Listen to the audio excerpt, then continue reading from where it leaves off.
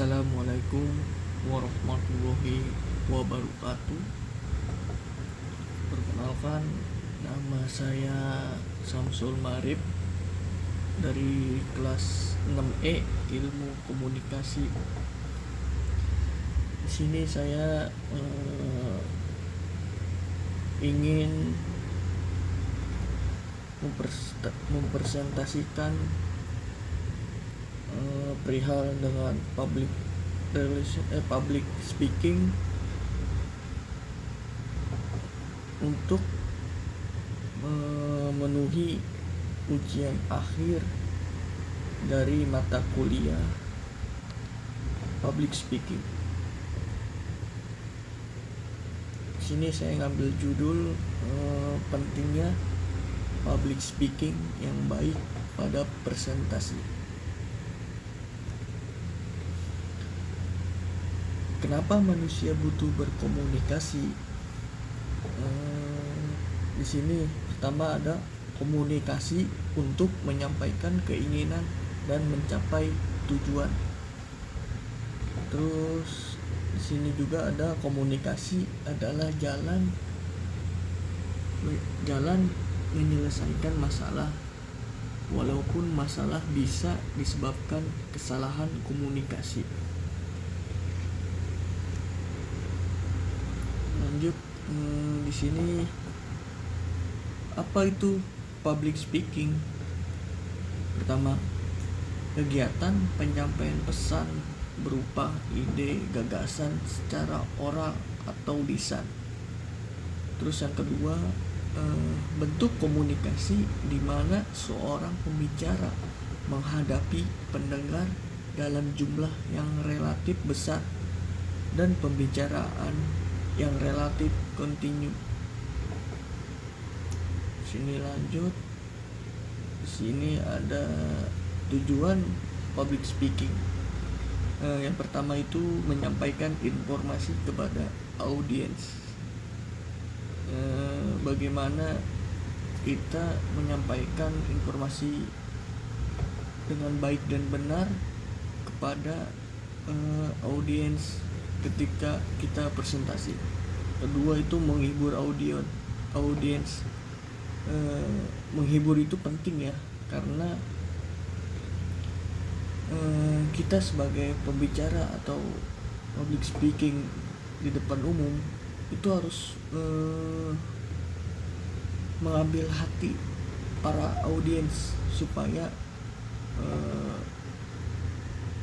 apa yang kita informasikan, apa yang kita sampaikan itu audiens dapat memahaminya. Yang ketiga, mempengaruhi audiens. Ya, mempengaruhi memang penting ya untuk di public speaking ini.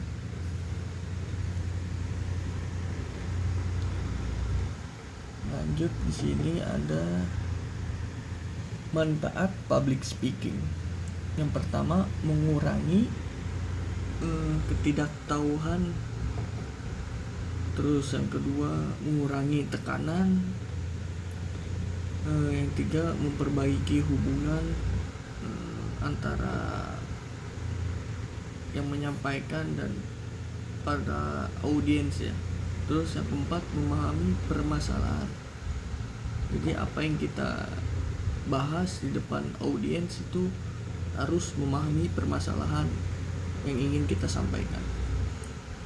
Yang kelima itu menyelesaikan masalah. Terus lanjut, di sini ada masalah public speaking. Nah, kita ingin menjadi public speaking, kita harus tahu masalah public speaking itu ada di mana aja. Yang pertama itu ada di kecemasan. Mungkin sekitar 80%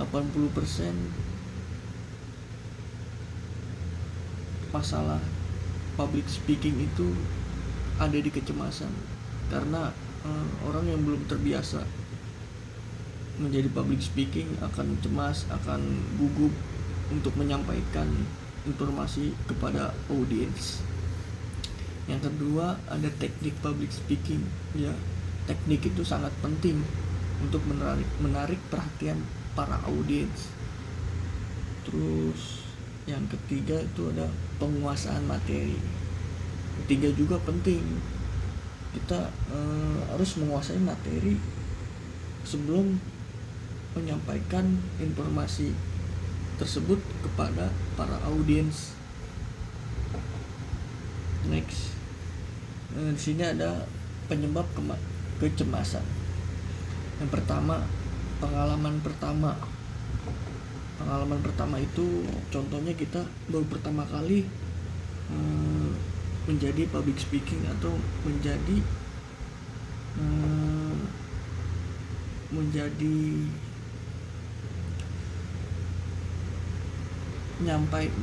menyampaikan informasi kepada audiens itu baru pertama kali, atau disebut kurang berpengalaman. Yang kedua, suasana baru. Suasana baru itu kayak audiensnya kan bermacam-macam. Audiens kita harus menyesuaikan suasana di audiens. Yang ketiga itu merasa menjadi pusat perhatian. Nah, yang ketiga itu emang udah pasti kita akan merasa menjadi pusat pemerhatian para audiens ya, karena kita menyampaikan informasi terhadap audiens bakal memperhatikan kita yang sedang mengasih informasi tersebut. Yang keempat, merasa berbeda atau tidak percaya diri. Memang merasa berbeda atau tidak percaya diri itu pasti ada kecemasan, terutama baru pertama kali menjadi public speaking ya. Yang kelima itu trauma masa lalu. Terus yang keenam ini ada perasaan tidak siap tampil.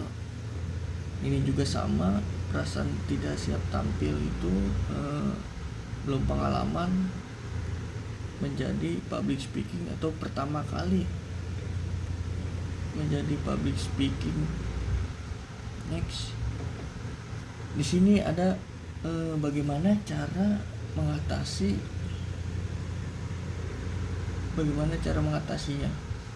Yang pertama itu mempersiapkan dan melakukan latihan. Ya, mempersiapkan dan melakukan latihan memang butuh, karena kalau tidak mempersiapkan dan melakukan latihan, kita akan bingung sendiri untuk menghadapi para audiens dan menyampaikan informasi tersebut. Gua mencari pengalaman